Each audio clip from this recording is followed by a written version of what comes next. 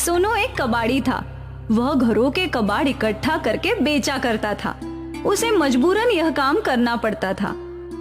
सब इतने अच्छे अच्छे कपड़े पहनते हैं, पता नहीं मुझे कब अच्छे कपड़े पहनने को मिलेंगे। मुझे तो बस एक कबाड़ बीनने के लिए भेज देते हैं। एक दिन उसे रेडी पर आम बिकते हुए दिखते हैं, जिनको देखकर उसके मुंह में पानी आ जाता है। वह रेडी वाले के पास जाता है। भैया एक आम दे दो, बहुत भूख लगी है। 30 रुपए का एक आम है, ला 30 रुपए। मेरे पास पैसे नहीं हैं। तो मेरे पास भी आम नहीं है, चल भाग यहाँ से। दुकानदार उसे धक्के मारकर वहां से भगा देता है। सोनू ललचाई आंखों से आमों को देखता हुआ वहां से चला जाता है। चलते चलते वह एक पार्क में पहुंचता है। वहां पर प्रकाश और अनिल नाम के दो लड़के आम खा रहे होते हैं। हाँ भाई, यार देख मेरे पापा इतना अच्छा आम लेकर आए हैं। अरे वाह, आम तो देखने में बहुत ही अच्छा लग रहा है। चल जल्दी से निकाल और खाते हैं। ये कोई आम आम नहीं है, बहुत खास आम है। महंगा भी बहुत होगा। बहुत महंगा है, मेरे पापा ने बाहर से मंगाया है। मुझे आमों का बहुत शौक है ना, इसलिए। आम खाना तो मुझे भी बहुत अच्छा लगता है। अब और सब्र नहीं हो रहा, जल्दी से आम निकाल, खाते हैं। अनिल और प्रकाश आम को खा रहे होते हैं, तभी वहां सोनू पहुंच जाता है और उन्हें आम खाते देख अपने होठों पर जीभ फिराता है। अरे इस कबाड़ी को देख, हमें आम खाते देखकर कैसे ललचा रहा है। क्या फटी हुई आंखों से देख रहा है? क्या कभी आम नहीं देखा? खाना है क्या आम? सोनू हाँ में गर्दन हिला देता है। वो उसकी तरफ आम बढ़ाते हैं। जैसे ही सोनू आगे बढ़ता है, वह आम को पीछे खींच लेते हैं और सोनू आम को पकड़ने के लालच में मुंह के बल गिर जाता है। आया बड़ा आम खाने वाला, औकात है तेरी? औकात तो गुठली के लायक भी नहीं है। कितना महंगा आम है, इसकी तो खुशबू लेना भी महंगा पड़ सकता है तेरे को। प्रकाश और अनिल उस पर हंसते हैं। सोनू वहां से मायूस होकर निकल जाता है और कंधे पर अपनी कबाड़ की थैली लटकाकर चल देता है। चलते चलते उसे एक साधु महाराज मिलते हैं, जो बेहोश होकर जमीन पर गिरे हुए होते हैं। वह उन्हें देखकर उनके पास दौड़ कर जाता है। महाराज क्या हुआ? अब बेहोश कैसे हो गए? मुझे इनको पानी पिलाना चाहिए।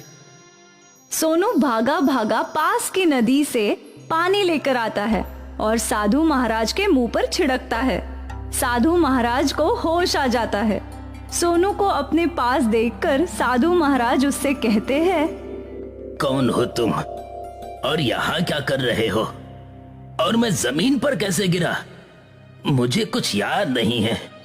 साधु महाराज, गर्मी होने की वजह से आप बेहोश हो गए थे।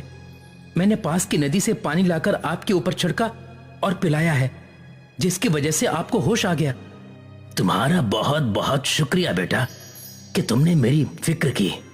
महाराज, ये तो मेरा फर्ज था। पर तुम इतने उदास क्यों लग रहे हो? तुमसे किसी ने कुछ कहा है क्या? सोनू साधु को सारी बात बता देता है और अपने आम खाने की इच्छा को व्यक्त करता है। साधु सोनू की बात सुनकर उसको दिलासा देते हैं और कहते हैं, सोनू, तुमने मेरी मदद की है। मैं तुम्हें ये कमंडल देता हूं, इसमें आमरस निकलेगा। उसको जितनी बार तुम उल्टोगे उतनी बार आमरस निकलेगा। अब तुम जितनी बार चाहो और जितना चाहो आमरस पी सकते हो। साधु सोनू को कमंडल देता है। कमंडल पाकर सोनू बहुत खुश होता है और जी भर के आमरस पीता है। अपने साथ साथ वह और गरीब लड़कों को भी आमरस पिलाता है, जो आमरस पीने में असमर्थ थे।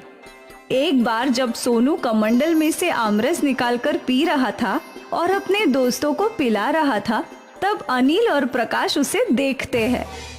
प्रकाश, ये तो वही लड़का है ना जिसको हमने आम खाने नहीं दिया था और उसको धक्के देकर भगा दिया था? ये तो वही कबाड़ी है ना? हाँ, है तो वही, पर वो तो कबाड़ी था। उसके पास इतने महंगे आमों का आमरस कहां से आ रहा है?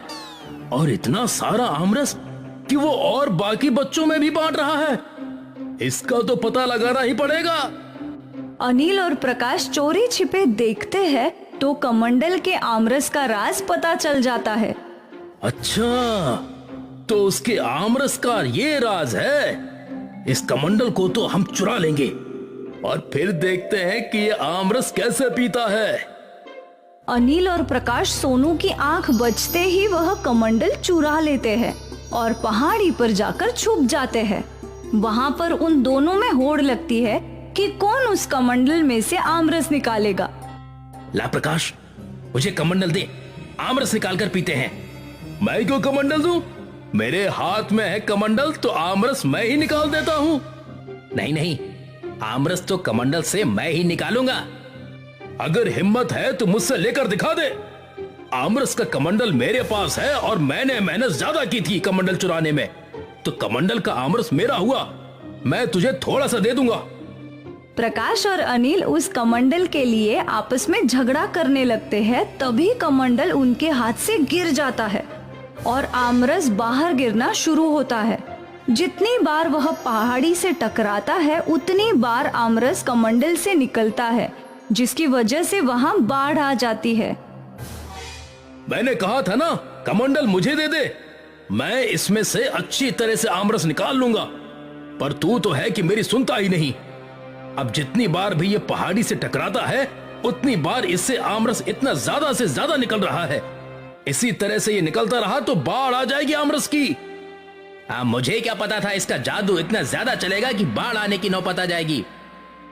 देखते ही देखते पूरी कॉलोनी आमरस के सैलाब में डूब जाती है। सभी लोग उस आमरस में तैरते हुए नजर आते हैं। सबके घरों में आमरस पहुंच जाता है। जैसे ही सोनू को आमरस की बाढ़ के बारे में अंदाजा होता है, वह उस कमंडल को ढूंढने के लिए निकल जाता है। वह बाढ़ में बहता हुआ कमंडल के पास पहुंच जाता है। इस कमंडल के आमरस से तो बाढ़ ही आ गई है। इस बाढ़ को कैसे न कैसे करके मुझे ठीक करना होगा, नहीं तो सब कुछ तबाह हो जाएगा। सोनू उस कमंडल को अपने हाथ में लेता है और कमंडल से कहता है, कमंडल कमंडल, इस आमरस को अपने अंदर फिर से समेट लो। अगर तुम इसी तरह आमरस को बाहर करते रहोगे तो पूरी दुनिया ही इस आमरस में समा जाएगी। तुमसे अनुरोध है कि इस आमरस को अपने अंदर समेट लो। कमंडल अपने अंदर सारा आमरस ले लेता है और सब कुछ फिर से पहले जैसा हो जाता है। अब सोनू उस कमंडल को लेकर उस साधु महाराज के पास जाता है। साधु महाराज, इस कमंडल की अब कोई जरूरत नहीं है। इस कमंडल की वजह से तो पूरे आमरस की बाढ़ भी आ गई थी। मुझे तो बस थोड़ा सा आमरस चाहिए। मैं नहीं चाहता कि इस कमंडल के आमरस से फिर से कोई परेशानी हो। तो तुम क्या चाहते हो ये बताओ। साधु महाराज, मैं आपको ये कमंडल वापस करना चाहता हूं। आप इस आमरस के कमंडल को वापस ले लो, जिससे आगे कोई परेशानी ना हो। ठीक है, ये कमंडल तो मैं वापस ले लेता हूं, पर हां, जब भी तुम्हें आमरस पीने का मन हो तो तुम मेरे पास आ जाना। मैं इस कमंडल से तुम्हें भरपूर मात्रा में आमरस पिला दूंगा। जी महाराज, जब मेरा आमरस पीने का मन होगा तब मैं आपके पास ही आ जाऊंगा, परंतु इस कमंडल से आमरस नहीं लूंगा, क्योंकि अति हर चीज की बुरी होती है। एक ना एक दिन अधिकतर चीज होने की वजह से हम मुसीबत में पड़ जाते हैं। जितना है उतने में ही संतुष्ट रहना चाहिए। तुमने बिल्कुल सही कहा। लालच बहुत बुरी चीज होती है। लालच में आकर ही अनिल और प्रकाश ने ये कमंडल चुराया, जिससे मुसीबत खड़ी हो गई। साधु को प्रणाम करके सोनू वहां से चला जाता है और फिर अपने कबाड़ बेचने का काम शुरू कर देता है। अब उसको किसी भी चीज को खाने का मन होता है तो वह साधु महाराज के पास चला जाता था। वह अपनी शक्तियों से उसको वही चीज दे दिया करते थे, परंतु वो कभी भी लालच नहीं किया करता था, क्योंकि उसने लालच का परिणाम भुगत लिया था।